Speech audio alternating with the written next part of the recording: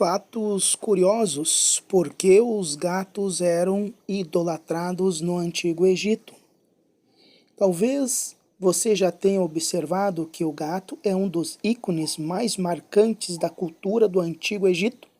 Não faltam artefatos com temas relacionados a esses felinos, de joias a estátuas. Aliás, graças à adoração aos gatos é que os antigos egípcios criaram o primeiro cemitério de animais de que se tem notícia.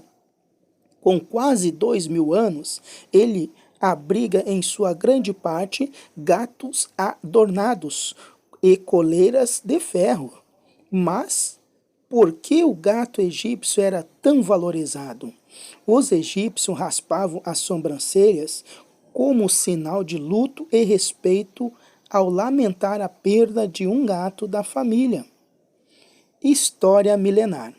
Historiadores e arqueólogos acreditam que os seres humanos começaram a se envolver com esses animais no Antigo Egito a partir de 4000 anos antes de Cristo, visto que as primeiras pinturas a respeito datam desta época. É muito provável que os primeiros gatos a se relacionar com os egípcios fossem de uma das duas espécies selvagens que existiam na região naquele tempo, o gato selvagem africano e o gato da selva. Um fato interessante sobre a relação dos antigos egípcios com os gatos é que, embora conhecessem mais de uma espécie, eles possuíam apenas uma única palavra para o felino, miu ou miite, que significa literalmente ele ou ela que mia.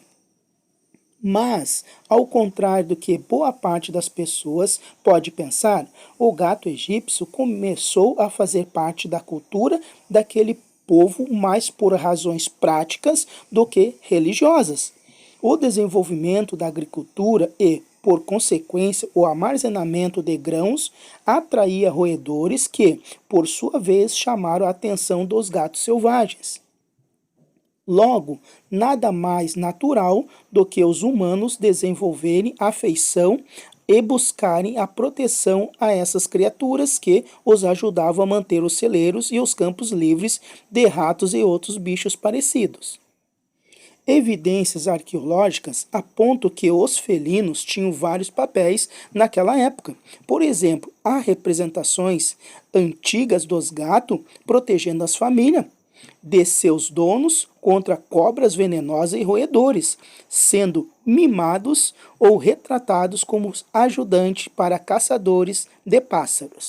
Alguns animais até foram enterrados com oferendas, o que sugere que alguém estava planejando a vida após a morte do animal.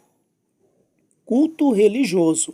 Com o passar do tempo, o gato egípcio começou a ter um impacto significativo na religião.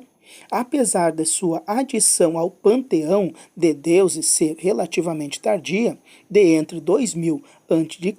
e 1000 a.C., a representação mais antiga de um ser semelhante a um felino na religião egípcia é do peludo Mafadete, uma divindade parecida com o gato, às vezes identificada com um guepardo ou chita, associado à execução e justiça.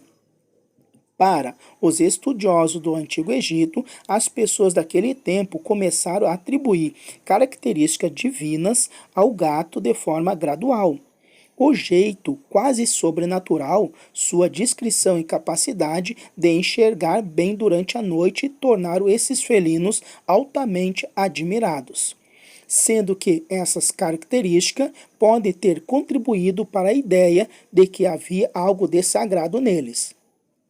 Além disso, a mania dos gatos de tirar um cochilo ao sol levou às primeiras associações entre o animal e Ra, o deus solar. Posterior a Mafadete, surgiu Saquemis, uma divindade com reputação de ser feroz, mas uma grande protetora dos animais. Já Bastet, outra divindade venerada pelos antigos egípcios, é provavelmente a deusa com cabeça de gato mais famosa, associada ao lar, a feminilidade e a fertilidade.